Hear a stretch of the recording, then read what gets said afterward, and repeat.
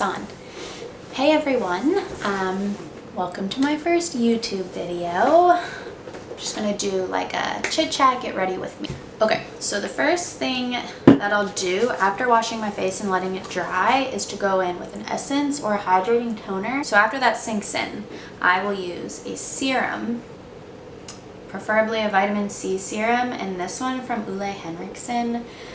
So good. I have barely any left in it. For the last few days I've been like banging it on my hand to try to get the product out, but this is probably the last bit I'll be able to get out of it.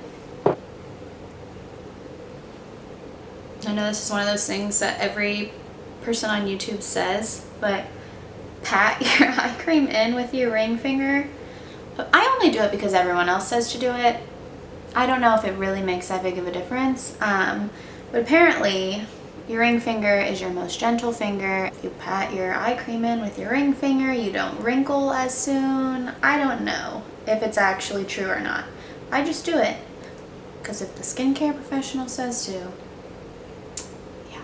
I'm not gonna lie, if I'm in a hurry, I rub my eye cream in.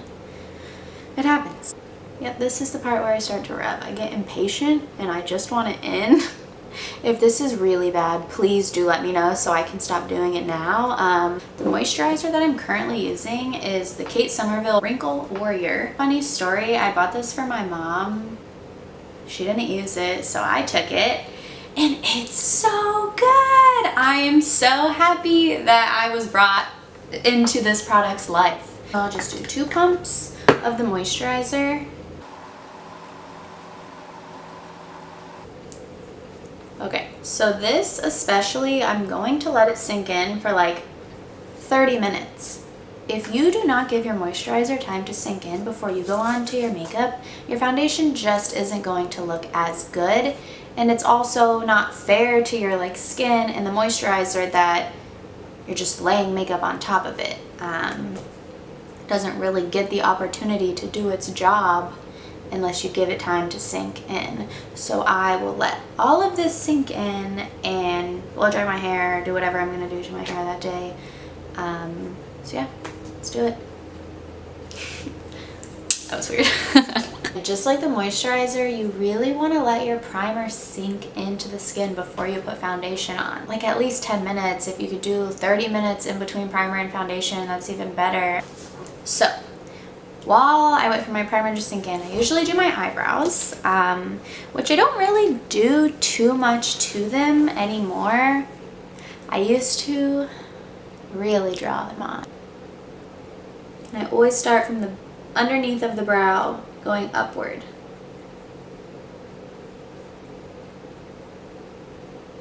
And then I'll switch out the pencil, go into taupe. So that was blonde, and I'll use taupe.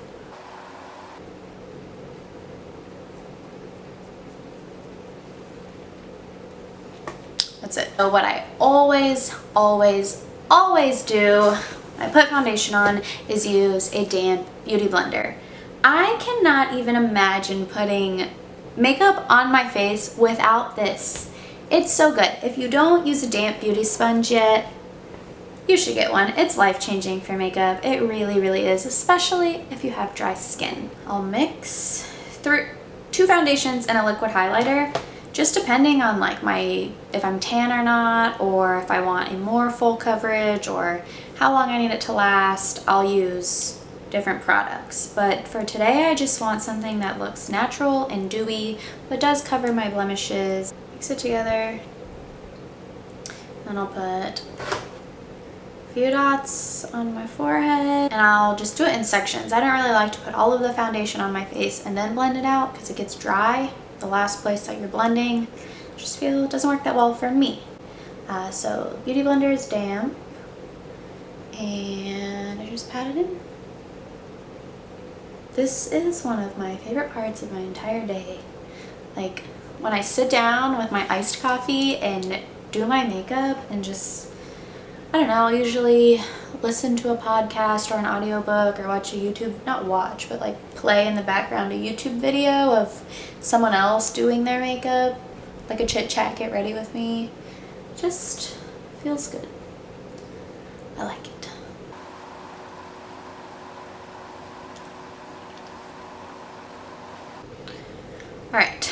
foundation is on, I have hair in my mouth, 1 second.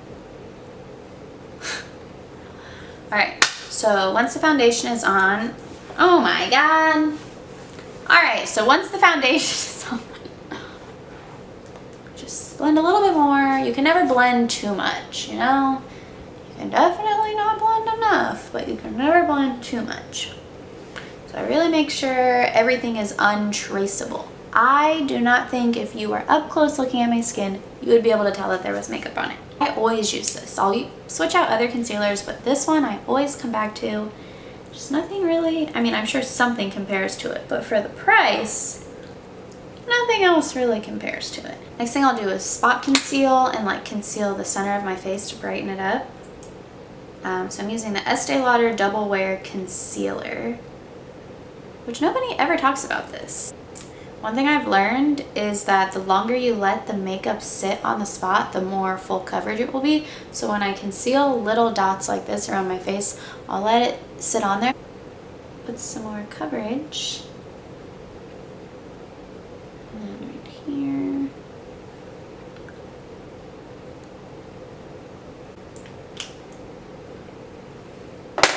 And then I'll take the NARS Radiant Creamy Concealer. The Estee Lauder one's a little light, so then I'll hit a little bit of this one just because it's a little darker. I just really like mixing products. Only thing better than one good product is 2 good products.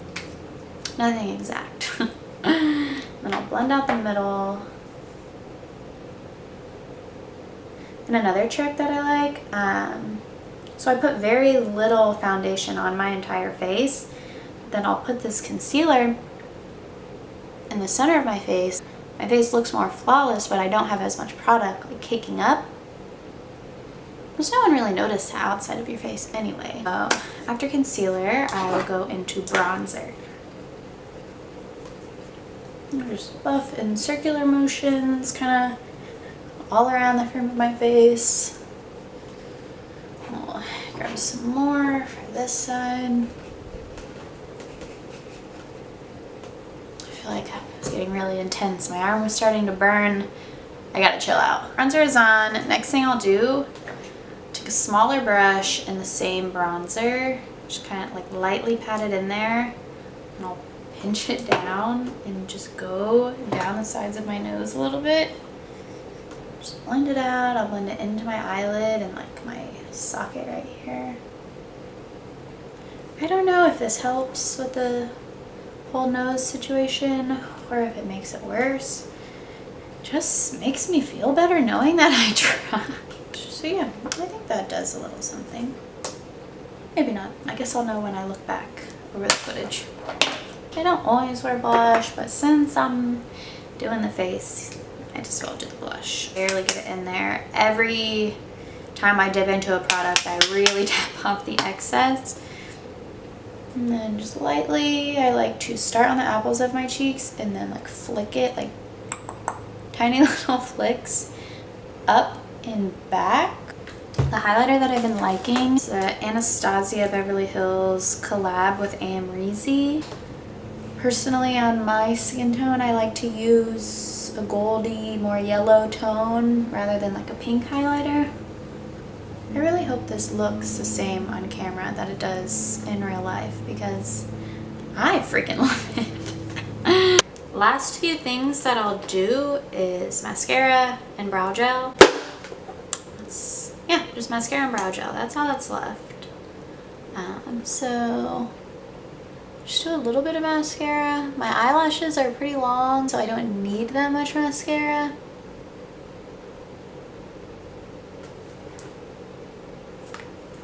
And then brow gel. So it's just the Anastasia tinted brow gel, and the mascara was Too Faced Better Than Sex. Lip gloss. That's it. I'll make more videos soon, probably. I want to start making more videos about a variety of things, but I'll make a different video about that. Yeah. If you have any questions, comments, requests, just comment down below, subscribe, whatever you want to do.